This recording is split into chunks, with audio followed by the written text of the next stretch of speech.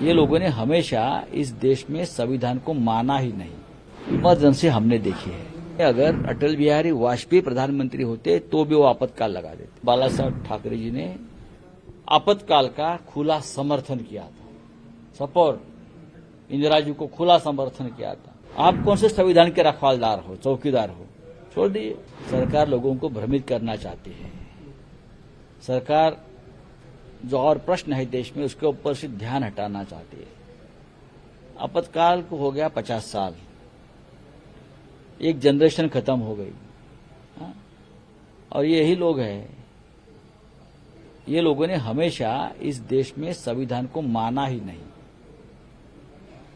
ये लोगों का देश के स्वतंत्रता संग्राम में कोई योगदान नहीं, और ये लोग संविधान की हत्या, संविधान वगैरह वगैरह वगैरह वगैरह बोल रहे हैं। इमरजेंसी हमने देखी है। हम उस वक्त कॉलेज में थे। जिस तरह से इस देश में कुछ नेता अराजकता फैलाना चाहते थे वो बहुत गंभीर बात है। राष्ट्रीय सुरक्षा का मुद्दा था। रामलीला मैदान से खुलेआम बड़े बड़े नेता यह आह्वान कर रहे थे आर्मी को कि प्रधानमंत्री या सरकार का आदेश का पालन मत करिए। ऐसा कभी होता है क्या? सरकार को, आर्मी को आप भड़का रहे हो कि आदेश का पालन मत करो। पुलिस फोर्स को भड़काया जा रहा था कि सरकारी आदेश का पालन मत करो। उसे क्या कहते हैं आप? ऐसे में अगर अटल बिहारी वाजपेयी प्रधानमंत्री होते तो भी वो आपातकाल लगा देते। 10 साल मोदी जी का सरकार है, दर दिन आपातकाल की स्थिति है।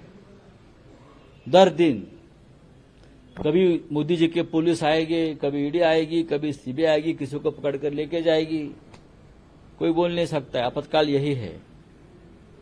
और ये लोग क्या बोल रहे हैं? आरएसएस का तो खुला समर्थन था। आरएसएस प्रमुख थे बाला साहब देवरस। आप रिकॉर्ड चेक कर लीजिए। आप रिकॉर्ड चेक करें। हिंदू हृदय सम्राट बाला साहब ठाकरे जी, ये नकली शिवसेना को आप कंधे पे लेकर घूम रहे हो ना, इतना शिंदे वाली। और बाला साहब ठाकरे के नाम पर मोदी जी भी वोट मांग रहे थे महाराष्ट्र में आकर।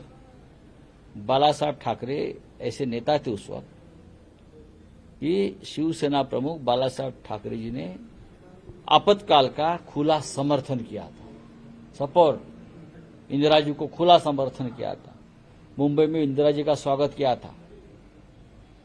आपातकाल का समर्थन किया था इसलिए कि देश में जो अराजकता फैल गई है उसे नियंत्रण करने के लिए आपातकाल की जरूरत थी उस वक्त।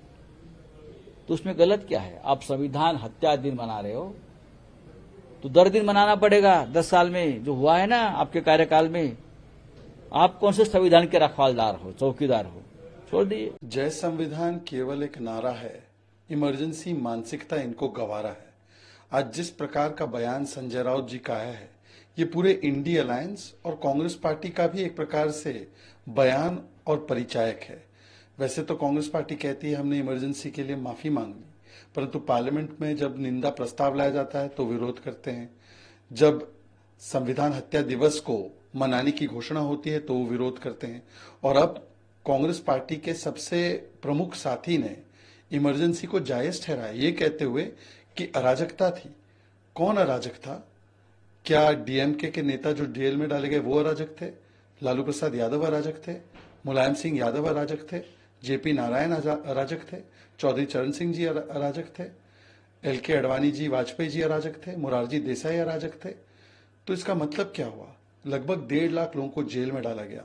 मानव अधिकारों का हनन हुआ, संवैधानिक अधिकारों का हनन हुआ, सुप्रीम कोर्ट को कमिटेड जुडिशरी बनाई गई, मीडिया पर प्रतिबंध लगाया गया, और ऊपर से इसका खंडन करने के बदले आज इसको जायज ठहराया जा रहा है।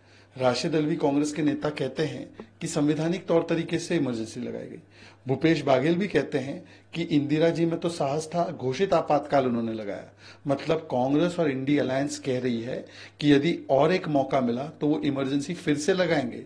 ये उनकी इमरजेंसी मानसिकता का परिचायक है।